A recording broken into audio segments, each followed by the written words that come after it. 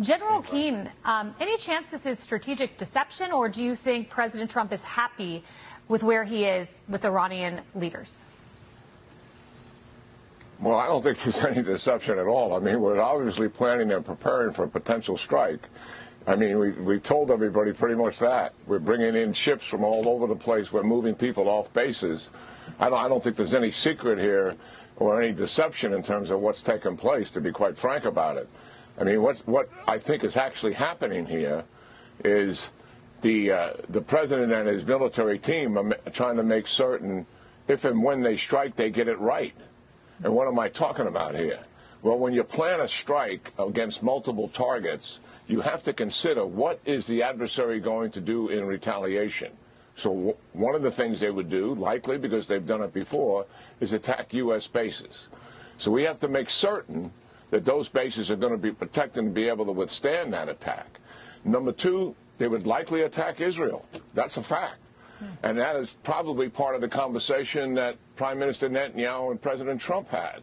And I would assume in that conversation, don't know, that we have considered that reality and probably making certain that our target set is expanded somewhat to make certain that Iranians' offensive capability, not only to take down our bases and hurt our people at U.S. bases, but also to inflict casualties on the Israeli population and military targets. In other words, we would be expanding to take down ballistic missiles in addition to Iranian leadership, in addition to command and control, in addition to the people that are on the streets killing wantonly the Iranian people. So I think an attempt here for time is to try to get this right in terms of doing it.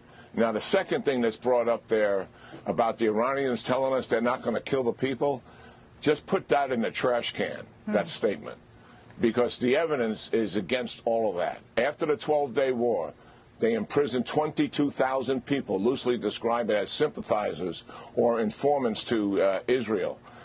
The Mossad would have loved to have had 22,000 informants, believe me. They were trying to intimidate the population so they don't protest. And what did they do? They killed 1,500 of them. 1,500. How do we know that? Because they hang them by a huge crane and they want the public to see it. It's actually strangulation is what takes place because they don't break their neck. This is a brutal, barbaric regime.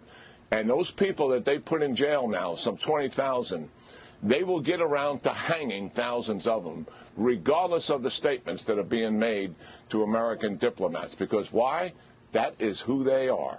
And that's what we're facing here in dealing with these people. General Keane, do you think this moment is different from the other moments of protest? I mean, the Iranian regime has never been weaker. The proxies essentially demolished around the globe. Do you think the Iranian regime is here, let's say, this time next year?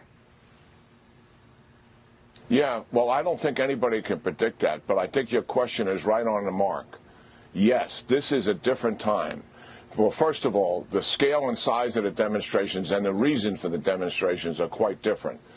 The big one back in 2009, election fraud. The last one in 22 was about headdress after Mahsa Amini was killed. This one is about regime. It started with economic woes, to be sure, but it all is about changing the regime, getting rid of this regime.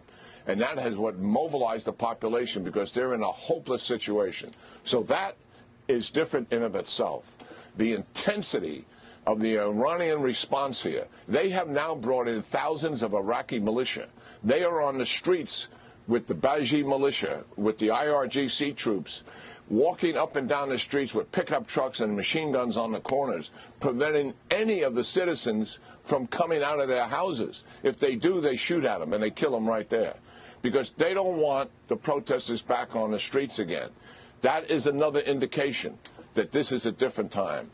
The best I think we could achieve along the lines that you're implying here, if we hit them and hit them hard and punish their leaders for the hell that they inflicted on the population, almost 3,000 dead, 20,000 in prison as a start, that I think puts that on a path, on a pathway to the regime collapsing, because they are in such poor fundamental economic, political, and military shape right now. It's the worst condition Kayleigh, that they've had in the 45, 47 years these guys have been in power. Wow, the worst position in 45, 47 years. That's incredible. General Jack Keane, we're following it. We appreciate